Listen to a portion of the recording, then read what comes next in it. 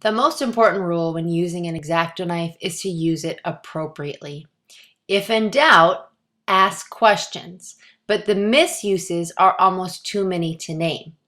Use it as it is intended to be used, and if you are not sure, ask for further directions. The second most important thing is to always use a cutting mat. The cutting mat protects the table that you're cutting on. It protects the blade from getting dulled too soon. And if you're cutting into any other surface, it can get snagged and then you pull and it will jerk, possibly cutting you as well. So the cutting mat has a lot of safety reasons behind it. The safest and cleanest way is to cut with your blade against a metal edge. So a plastic ruler is okay, but you can actually cut into it.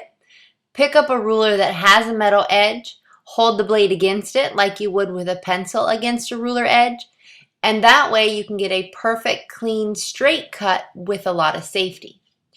Sometimes you will have to cut freehand because there is no metal edge. In that case, do the best that you can, working slowly with even pressure. If you have to go back and recut your line a second time, that's better than pressing so hard that you dig into the cutting mat. In general, one should try to cut away from their body, but more important is cutting in whatever manner you have the most control.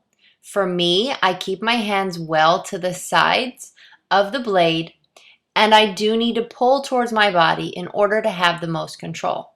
I am cutting far, far away from my body though, so that if the blade does slip, it's still not going to come close enough to actually hurt me.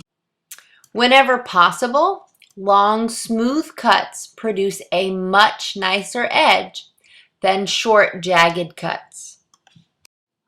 Finally, don't take the knife apart. Don't try anything crazy like taking the blade out of the handle. Don't worry about disposing dull blades yourselves. Any of that will be taken care of by an adult.